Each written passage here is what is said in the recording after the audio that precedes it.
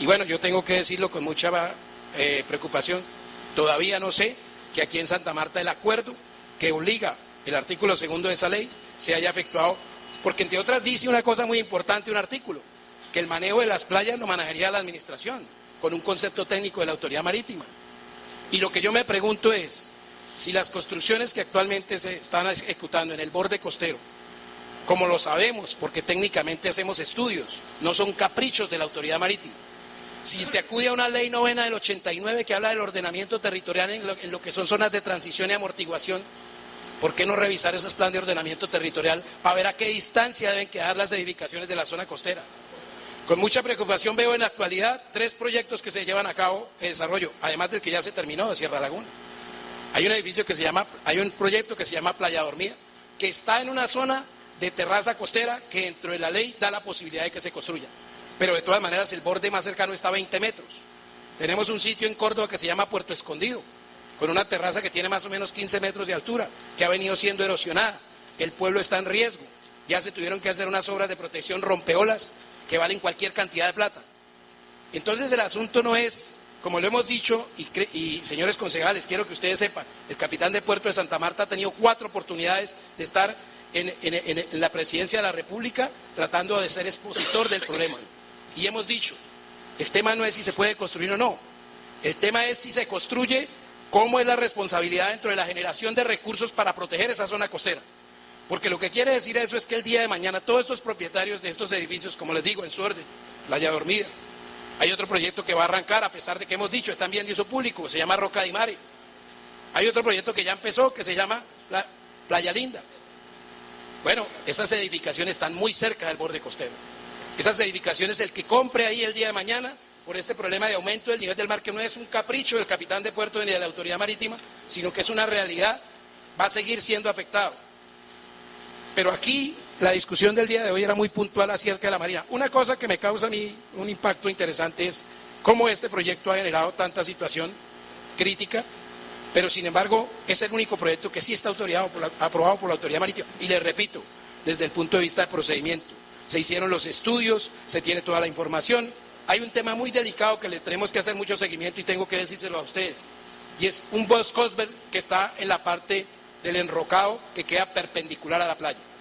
Ese Boscosberg es importantísimo que se haga en las dimensiones que tiene que quedar, porque es que, como mucha gente se preocupa, y como bien lo decía el doctor Cote hace un rato, aquí hubo un análisis de modelación numérica y de impacto ambiental, y ese tiempo que esas aguas se combinan ahí, de acuerdo a ese análisis, se necesita que ese Boscosberg quede de esa forma para que en 80 horas, que es el tiempo de residencia de esas aguas, se renueven.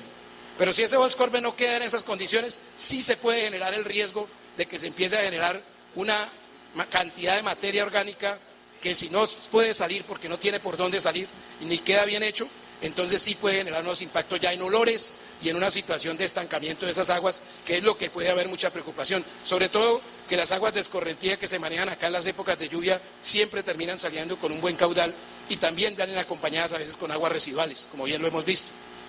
Entonces, ese sí es un riesgo, pero para eso está la persona que hace el seguimiento de la obra. En este momento, el enrocado está en un 75%, las dimensiones del enrocado corresponden a las posiciones geográficas cuando fue aprobado el proyecto. Es muy probable que, claro, cuando en un papel usted va a aprobar un proyecto, usted desde el punto de vista del papel lo vea un poco pequeño, pero cuando ya lo ve en la realidad, se da cuenta que ese enrocado es bien grande. Son 345 metros que van paralelos a la línea de costa. Entonces se ve muy grande ese enrocado. Pero como les digo, fue parte de un trámite, fue parte de algo que se hizo dentro de toda la claridad. Para eso existe una época donde hay edictos, y esa época de los edictos es para que quien considere que verdaderamente el proyecto no es favorable pueda hacer sus oposiciones. Y les reitero, desafortunadamente no las hubo. Como tampoco hubo la solicitud de hacer una audiencia pública que se lo hubiera podido haber solicitado al procurador ambiental para que la hubiera celebrado antes de que se hubiera aprobado la licencia ambiental. Tampoco la hubo. Eso era una forma de participación ciudadana. La participación ciudadana tiene formas de intervenir, pero no las hubo en este caso. Como conclusión, yo cerraría diciendo simplemente, les agradezco mucho y ojalá que hacia futuro, para muchos temas que tienen que ver con estos temas de impacto del zona costero, pues el Consejo siga acudiendo a toda la información que nosotros podemos tener, porque técnicamente hacemos las cosas. La diferencia es Nosotros somos un ente totalmente, no tiene ningún interés de favorecer unos o a otros. Entendemos el concepto de lo que es un bien de uso público como algo que es de beneficio común para todos los ciudadanos. Y la última pregunta que yo quedaría aquí es, Santa Marta, ¿qué es lo que quiere en su desarrollo turístico? ¿Quiere tener edificios frente al mar o quiere tener playas?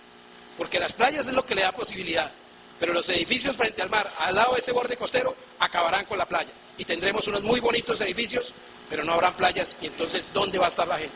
O si no, si también esa es una idea, como porque a mí se me dice, por ejemplo, pero es que en Dubái hay hasta una isla, claro que la hay. ¿Cuánta plata vale esa isla? ¿Cuánto está invirtiendo esa gente allá?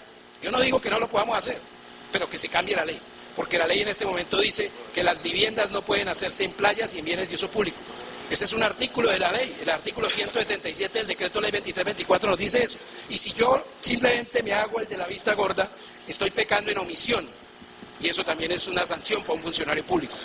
Entonces la conclusión que yo hago es esa. Por favor, sigamos revisando ese ordenamiento territorial, ese plan de ordenamiento del municipio, que sea revisado con responsabilidad. Porque es que el día de mañana, cuando vengan todas las quejas de todos los particulares, cuando el agua se esté metiendo al edificio Sierra Laguna por un frente frío, por un coletazo de huracán, o una incidencia que ya como lo hemos visto, en el Caribe también tiembla, que no vaya a ser por una onda de tsunami, porque queda muy cercano a la zona costera. Muchas gracias, señor presidente.